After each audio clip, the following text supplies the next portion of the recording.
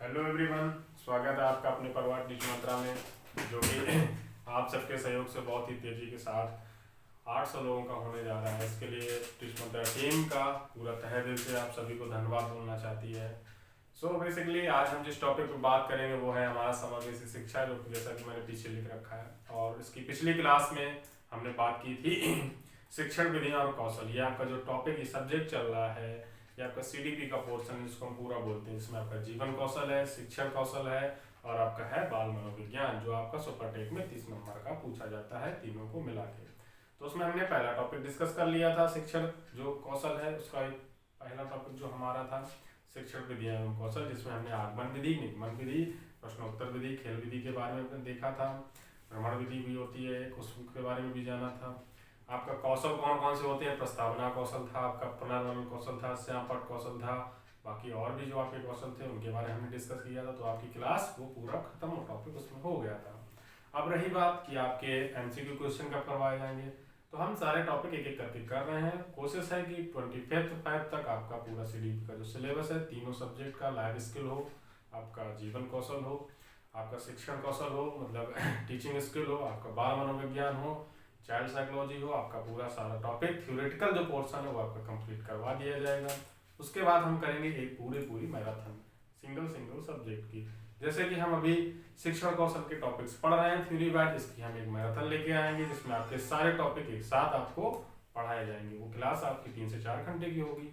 उसके बाद हम आएंगे आपके एमसीक्यू क्वेश्चन के ऊपर, कि जो एमसीक्यू क्वेश्चन उसको हम किस तरीके से सॉल्व करेंगे। जब थ्योरी क्लास हमारी पूरी हो जाएगी तो सिर्फ हमें फिर प्रैक्टिस करनी है, तो हम एमसीक्यू क्वेश्चन करेंगे। बाकी जो आपके टॉपिक हैं थ्योरी में, उनके हम शॉर्ट नॉलेज के हिसाब से आपके लिए वीडियोस ला रहे हैं कि आपको टॉपिक की बेसिक समझ डेवलप हो पाए, जिसके हिसाब से आप अच्छे से क्वेश्चन कर पाएंगे। सो आज का हमारा जो टॉपिक है वो है समावेशी शिक्षा। और इसी के साथ आप हमारे साथ ऐसे ही जुड़े रहिए और वीडियो को पूरा देखिए, जिसमें मैं इस टॉपिक के बारे में आपको जो बेसिक जानकारी है वो मैं आपको देने वाला हूँ।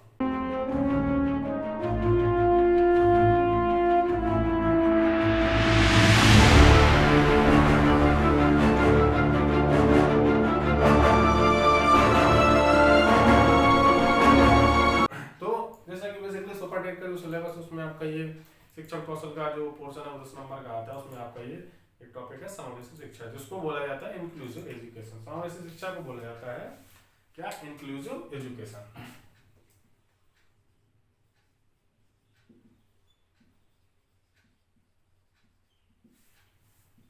ये जो पॉलिसी है ये किस ईयर आई थी, ये पॉलिसी आपकी आई थी 2006 में।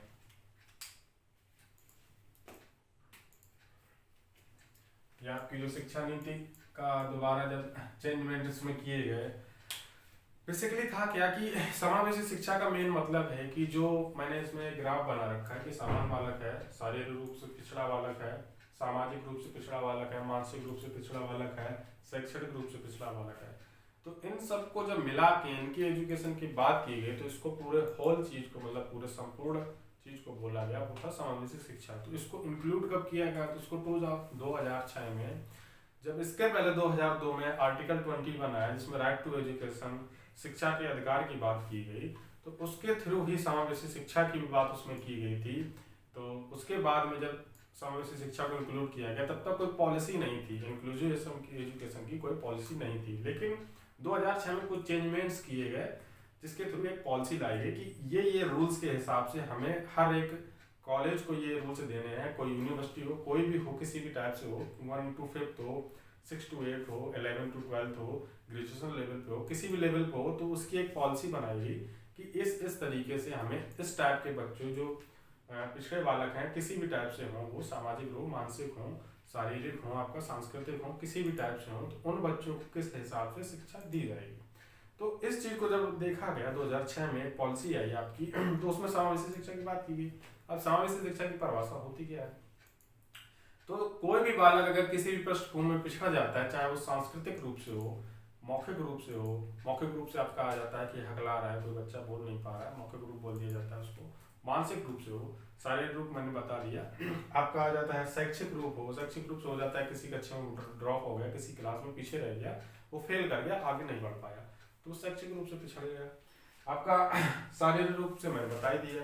तो इन जब सारे बच्चों को मिला के एक सामान्य बालक के साथ, एक सामान्य कक्षा में, सामान्य बालक की भी आप मैंने लिख रखा है, सामान्य बालक के साथ मिला के जब हम शिक्षा देने की बात करते हैं तो उसको समावेशी शिक्षा बोला जाता है, इसको विशिष्ट शिक्षा भी बोला जाता है। तो जो आर्टिकल 21 की मैंने बात कर दी उसको आपको माइंड में रखना है कि किस आर्टिकल के अंडर में इस चीज को इंक्लूड किया गया, वो आर्टिकल 21 आपका हो जाएगा।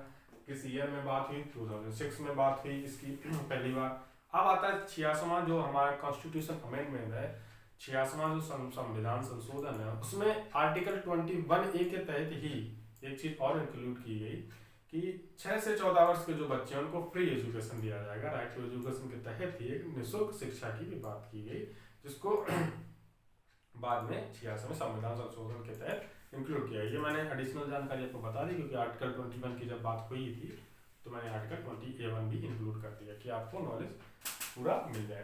तो अब समावेशी शिक्षा की सबसे पहले बात है कहाँ पे हुई, किसने इस चीज को स्टार्ट किया। ऐसा तो है नहीं कि इंडिया में डेवलप हुई हो, ऐसा बिल्कुल नहीं है, आपको इसका बैकग्राउंड भी पता होना चाहिए। तो अमेरिका ने सबसे पहले इस चीज को स्टार्ट किया क्योंकि अमेरिका में डिसेबिलिटीज की चीज को लिए वो साइकोलॉजिकल तौर पे काफी डेवलप्ड थे उस टाइम भी, आज भी हम लोगों से काफी डेवलप्ड है एजुकेशन के मामले में।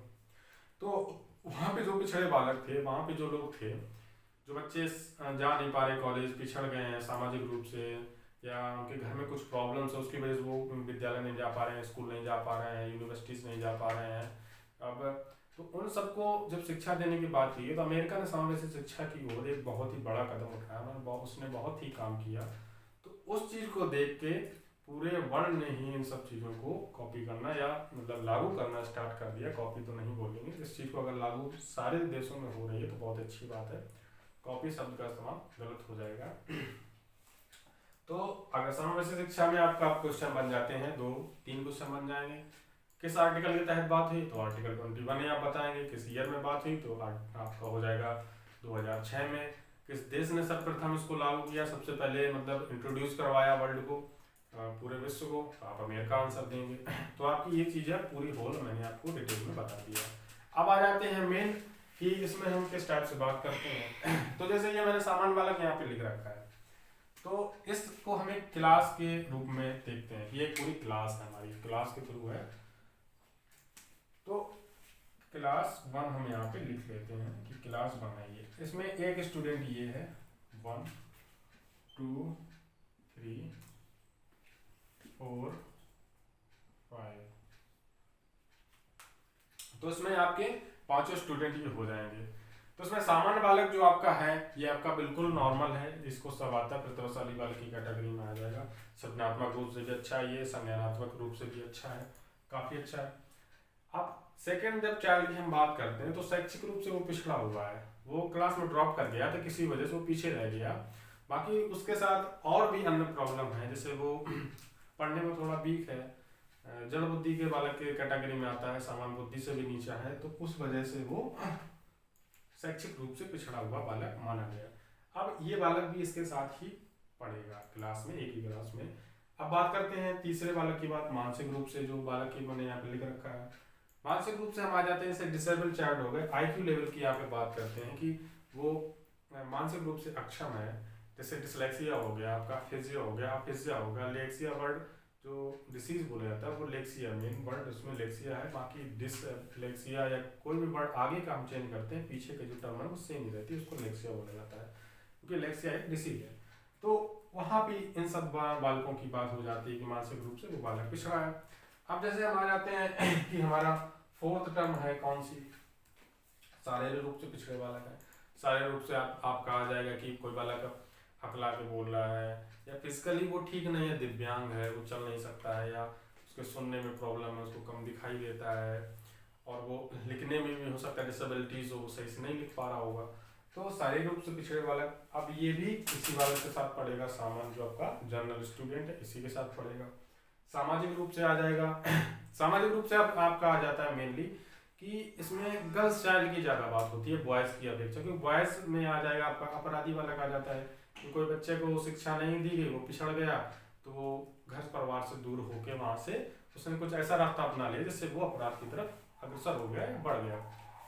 तो आपका यहाँ से सामाजिक रूप में लड़कियों की ज़्यादा बात हो, लड़कियों की बात होती है क्योंकि लड़कियों को ही ज़्यादा इम्पोज किया जाता है, रोका जाता है कि आप आगे पढ़ेंगे नहीं, ये नहीं करेंगे, आपको घर का काम काज देखना चाहिए, ये करना चाहिए, वो करना चाहिए, इन सब चीज़ों में इन्वॉल्व ज़्यादा किया जाता है और उनको एजुकेशन से दूर रखा जाता है। तो सामाजिक रूप से कल्चरल जो हमारा सोशल सोशल का हो जाएगा, सोशल बैकग्राउंड पर जो स्टूडेंट की बात हम करेंगे तो वो स्टूडेंट इसी कैटेगरी में आएगा। अब इस पूरी क्लास में ये 5 टाइप के स्टूडेंट हैं। अब हम जब 5 टाइप के स्टूडेंट को हमें एक साथ पढ़ाना है तो हम किस एजुकेशन का यूज करके इन 5 स्टूडेंट को एक साथ पढ़ा सकते हैं, तो तब हमारा आंसर होगा समावेशी शिक्षा। इस ग्राफ का बहुत ही महत्वपूर्ण आपके लिए हो जाता है। ये क्यों हो जाता है? क्योंकि डायरेक्ट ही क्वेश्चन आपसे एक पूछ लिया जाएगा कि समावेशी शिक्षा में किन बालकों को शामिल किया जाता है, किन बालकों को शामिल नहीं किया जाता है। तो आपके ऑप्शंस में यही चारों टर्म आपकी लिखी हुई होंगी। सामान्य बालक भी लिखा हो सकता है। इसमें से 5 में से कोई 3 ऑप्शन आपके दिए होंगे, तो आपको इन तीनों टर्म को एक साथ देख के चलना। हो सकता है कि 2 टर्म में मिला के वो लिख दे और बाकी 3 ऑप्शन दूसरे टाइप के लिख दे। तो इस चीज़ को आपको काफ़ी ध्यान देके चलना है। सीटेट में भी ये चीज़ काफ़ी इंपॉर्टेंट हो जाती है, यूपी टेट में भी काफ़ी इंपॉर्टेंट हो जाती है, सुपर टेट के सिलेबस में तो ये इंक्लूड है ही। तो इन सब चीज़ों को देखने के बाद जब हम आते हैं कि बाकी जो चीज़ें हैं हमारी समावेशी शिक्षा में, हमने इन सब चीज़ों के बारे में जान लिया कि समावेशी शिक्षा होता क्या है, किन बालकों की बात होती है, किन बच्चों के बारे में बात हो रही है। तो इन सब चीज़ों के बाद आता है कि कौन कौन से वो मॉडल हैं, मतलब किस तरीके से हम इन बालकों को शिक्षा दें, वो कौन से मॉडल्स डेवलप किए गए कि जिससे इन बालकों को शिक्षा दी जा सके। तो अब मैं उन मॉडल के नाम भी लिखने यहाँ पे जा रहा हूँ, तो आप चाहें तो नोट कर सकते हैं। जैसे इसमें पहला आपका आ जाता है सांख्यिकी मॉडल।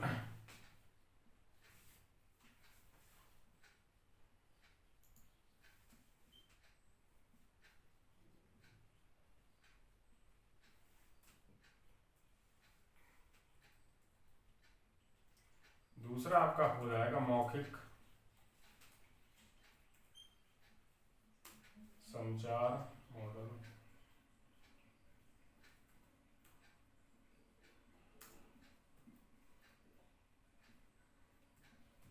तीसरा आपका हो जाएगा मनोसामाजिक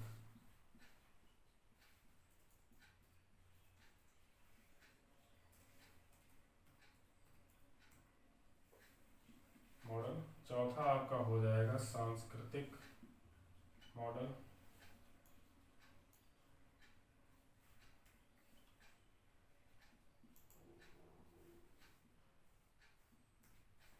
पांचवा आपका हो जाएगा चिकित्सकीय मॉडल।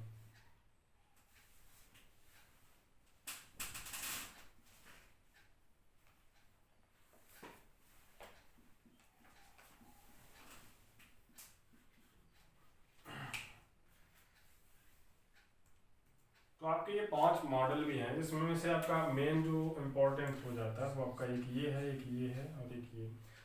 मान ये तो मोस्ट इम्पोर्टेंट में ही आ जाएगा, कई बार ये क्वेश्चन पूछा भी गया है। तो ये मनोसामाजिक मॉडल की हम पहले बात कर लेते हैं कि मनोसामाजिक मॉडल दिया किसने है। तो मनोसामाजिक जो आपका मॉडल है वो दिया है एरिक्सन ने। एरिक्सन हमारे मनोवैज्ञानिक है, जो साइकोलॉजिकल के फील्ड में, मनोविज्ञान के क्षेत्र में काफ़ी डेवलप किए, काफ़ी डेवलपमेंट किए, कई मॉडल्स दिए, कई थ्योरीज दी इन्होंने, कई आर्टिकल्स दिए। तो मनोसामाजिक मॉडल समावेशी शिक्षा के अंदर आपका एरिक्सन ने दिया था। सो बेसिकली समाज के जो सोशल बैकग्राउंड से बच्चे पीछे छूट जाते हैं, इन्होंने उस बारे में बताया था। उन्होंने एक टर्म डेवलप की, कई बच्चों के साथ एक्सपेरिमेंट किया कि अगर सोशल तौर पे बच्चा पीछे रह जाता है तो वह उसकी जो एकेडमिक फील्ड है वहाँ पे भी वो अच्छा नहीं कर पाएगा। इन्होंने ये टर्म थ्योरी दी थी। तो और जो सांख्यिकी मॉडल है, इसमें बच्चे का आ जाता है कि बच्चा पढ़ने में थोड़ा वीक है, उसको चीज़ें कम समझ में आती है। मेंटल जो आपका मेंटली तौर पे बात करेंगे तो वहाँ पे सांख्यिकी मॉडल, ये दोनों चीज़ें आपकी कनेक्टेड हो जाती हैं कि मेंटली तौर पे बच्चा मैथ्स में वीक है या किसी एक सब्जेक्ट में वीक है, उसको कुछ टर्म याद नहीं रहती, लेकिन हो सकता है इंग्लिश या लैंग्वेज की फील्ड में अच्छा हो, तो इस चीज़ को भी कनेक्ट हम करेंगे। और मौखिक संचार मॉडल में आ जाता है कि आपको कोई बच्चा हगला के बोल रहा है या किसी तरीके से उसको मौखिक रूप से बात करने में दिक्कत हो रही है, डिसेबिलिटीज आ रही है, तो मौखिक संचार रूप का मॉडल हम उस बच्चे के ऊपर इस्तेमाल करेंगे। तो और सांस्कृतिक रूप से अगर बच्चा कोई कल्चरल रूप से पिछड़ा हुआ है, पीछे रह गया है, जिसमें हमने बात कर ली थी समाज में, तो अगर उस बच्चे के साथ हमें एक्सपेरिमेंट करना है कि उस बच्चे को हम आगे कैसे ला सकते हैं, उसको किस तरीके से शिक्षा देनी चाहिए, तब हम कौन सा मॉडल यूज़ करेंगे, तब हम यूज़ करेंगे सांस्कृतिक मॉडल। पांचवा आपका आ जाएगा चिकस्की मॉडल। चिकस्की मॉडल में आ जाएगा आपका आईक्यू लेवल की, जब बात कर रहे थे हम, शारीरिक रूप से जो पिछड़े बालक हैं, कोई बच्चा चल नहीं पा रहा है तो उसको चिकित्सकीय हेल्प दें कि वो चल सके, कोई बच्चा सुन नहीं पा रहा तो उसको ईयरफोन, जो हियरिंग ईयरफोन आते हैं जो वॉल्यूम को अप करके उस बच्चे को सुनाई दे सकता है, तो उनकी ऐड के थ्रू हम उसको एजुकेशन बच्चे को दे सकते हैं। किस बच्चे को दिखाई नहीं दे रहा तो ब्रेन लिपि का यूज़ कर लेंगे, जिसका डेवलपमेंट आपका लुई ब्रेल ने किया था, तो वो बच्चा भी वहाँ पढ़ सकता है। तो ये आपके पांचों मॉडल हो जाते हैं, काफ़ी इंपॉर्टेंट हैं ये पांचों मॉडल। और ये आपका समावेशी शिक्षा, मेन टॉपिक में चीज़ें जो थी मैंने आपको सारी बता दी है, इससे ज़्यादा कुछ भी पढ़ने की ज़रूरत नहीं है। आपका सामान्य बालक जो तीनों को, चारों को, पांचों को मिला के हम एक ही क्लास में शिक्षा दे रहे हैं, उसमें आपका दृष्टिबाधित बालक भी आएंगे, शारीरिक रूप से पिछड़े बालक भी आएंगे, मानसिक रूप से पिछड़े बालक भी आएंगे। किसी भी प्रकार से अगर कोई बालक पिछड़ा है तो उनको एक साथ जब एजुकेशन देने की बात करते हैं तो उसको हम बोलते हैं विशिष्ट शिक्षा या समावेशी शिक्षा। इसका दूसरा नाम हो जाएगा आपका विशिष्ट शिक्षा। कौन से मॉडल दिए गए, तो आपसे क्वेश्चन पूछ सकता है कितने मॉडल हैं, 5 हैं, उसमें से आपसे ऑप्शन में पूछ लेगा कौन सा मॉडल नहीं है, कौन सा मॉडल है। मनोसामाजिक मॉडल किसने दिया है, तो एरिक्सन में। बाकी इसमें किसी वैज्ञानिक ने नहीं दिया, ये खुद ही डेवलप किए गए हैं, साइकोलॉजिकल मतलब टर्म के हिसाब से, जो समावेशी शिक्षा है उसके टर्म के हिसाब से खुद ही डेवलप किए गए, सिर्फ मनोसामाजिक को छोड़ दें। तो आपका चैप्टर भी अब क्लियर हो गया होगा, मैंने थोड़ा शॉर्ट रखा, शॉर्ट इसलिए रखा है, चीज़ें आपको जल्दी समझ में आना है। और ऐसे ही आप हमारे चैनल के साथ जुड़े रहें, हमारी टीम के साथ जुड़े रहें, हम आपके लिए बेहतर से बेहतर क्लासेस लाते रहेंगे। इस क्लास को छोटा रख रहा हूँ क्योंकि काफ़ी बैक में काम होने की वजह से क्लासेस में जो डिफरेंशिएट क्रिएट हो रहा है उसकी वजह से लॉन्ग क्लास अभी रिकॉर्ड नहीं कर पा रहे हैं। बाकी जब CDP का चैप्टर मैं लेके आऊँगा, CDP की क्लास लेके आऊँगा, ये आपसे प्रॉमिस है कि वो क्लास कम से कम हम 1 घंटे की करेंगे और चीज़ों को अच्छे से क्लियर करेंगे। तब तक के लिए साइनिंग ऑफ, गुड बाय।